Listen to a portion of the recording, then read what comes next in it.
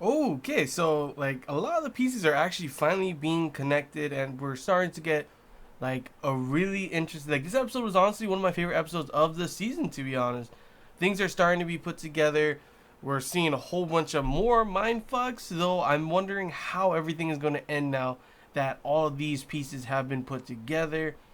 Um, I'm gonna be honest here. The whole gist of the bus driver and his daughter Misato was honestly really touching. It was like, it really actually hit me in the feels. I was kind of like, oh man.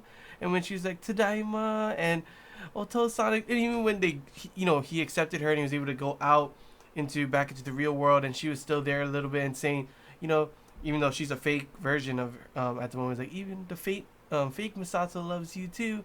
I was like, oh, like, man, see, this is why if they didn't have so much characters, just, personally put in every person gets like their kind of showing on a focus on them, and then we, like, as we go on, seeing these kind of things actually really mean something. Seeing these flashbacks, seeing some of these kind of like main focus on one character instead of having like a whole bunch of characters that really like they're just there to be there. Really, there's no reason for a lot of them except for the fact that they're all starting to, kind of like, oh, lose their humanity in a way, stop being human and functioning like a human anymore. That's the only reasoning that they're there, and you could still do that with less people. So it's kind of hard to say why, but maybe we'll learn more about that in the next episode, because obviously, Kohodun is still scheming a whole bunch of things. She wants to make the Nanaki stronger and bigger.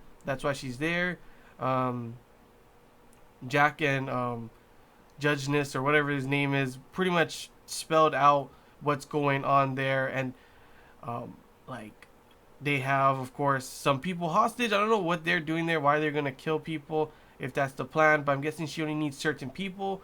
And one of the main persons she's trying to get right now is Hayato, playing with his feelings, because right at the moment he feels betrayed. It's pretty easy to manipulate him. The whole thing with Mitsumune going with Masaki, and obviously we get to see a scary, gigantic, lizard-looking old lady.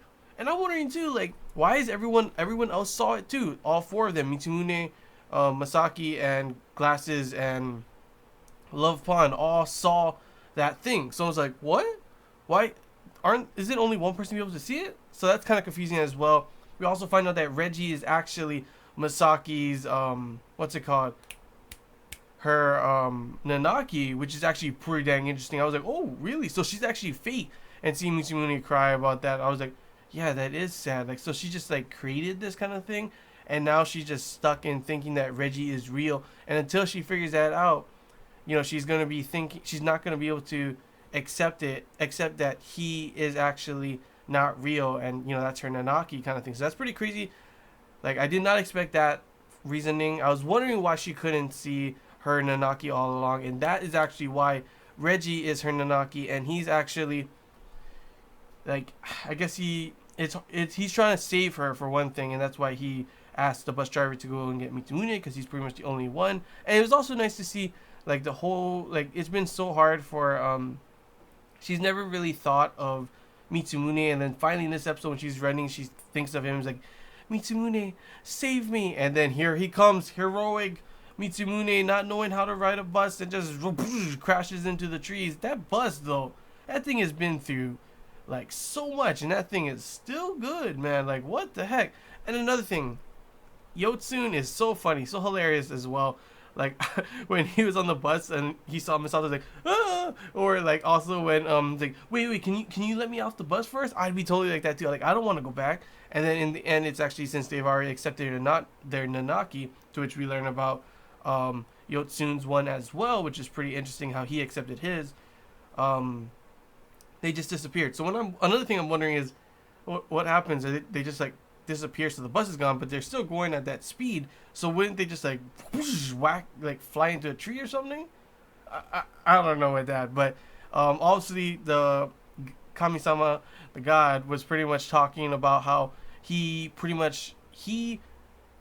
didn't accept his Nanaki. He left it left it there, and that's why he's aging so rapidly like that. And that's why another thing with Mitsumune It's so peculiar. It's so weird. We still don't really know fully on why he was able to go back, but he's not aging as well.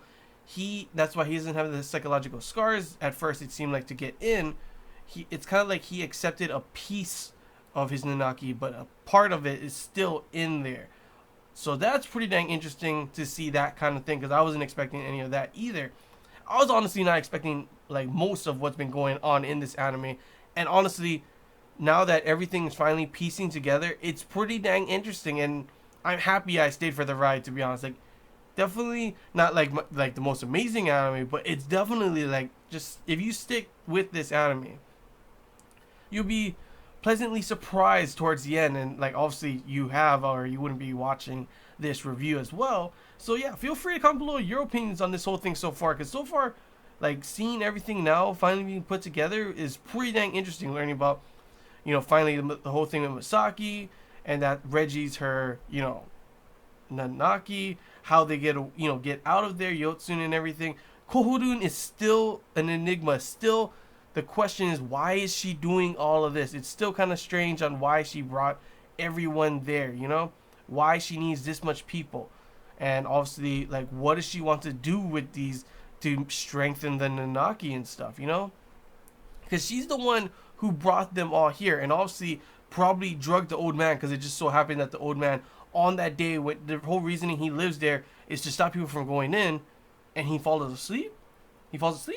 That just is, it's obvious something happened, and probably she drugged his drink or something, and he fell asleep, and they were able to drive on through. But yeah, I honestly can't wait to see the next episode, to see how everything, finally concludes. Like, it's pretty crazy how this anime honestly could have been a lot better if the execution was, if they did if the execution of all of this was more well done. Not as much of these main, like so many characters. If they focus on just a few of these characters, it could have been so much better in my opinion. It's still really good in a lot of the things. That's really always surprises me. And towards the end of this season, it's definitely gotten a lot better and better and better. And this episode is probably one of my favorite episodes to date so far. Maybe, yeah. Like, a lot of the things are pretty crazy. Like, I was just like, oh, like, don't even act. You probably had those moments as well. And like, honestly, I just can't wait to see how everything concludes in the next episode. If only they had more, like, a lot of the useless episodes were just taken out. This could have transitioned more better into this. Like, a lot of it does feel a little rushed. This episode actually, the pacing of this episode is actually a lot better than I thought it would be. But then I don't really know how the pacing of the next episode will be.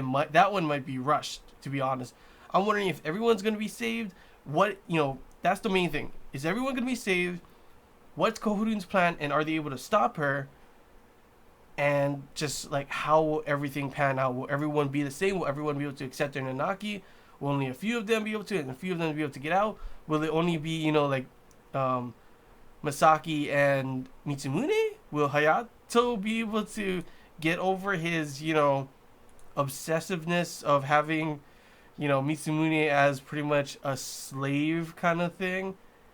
Who knows? We just gotta wait for the next one. But honestly, yeah, that's really all I gotta say, guys.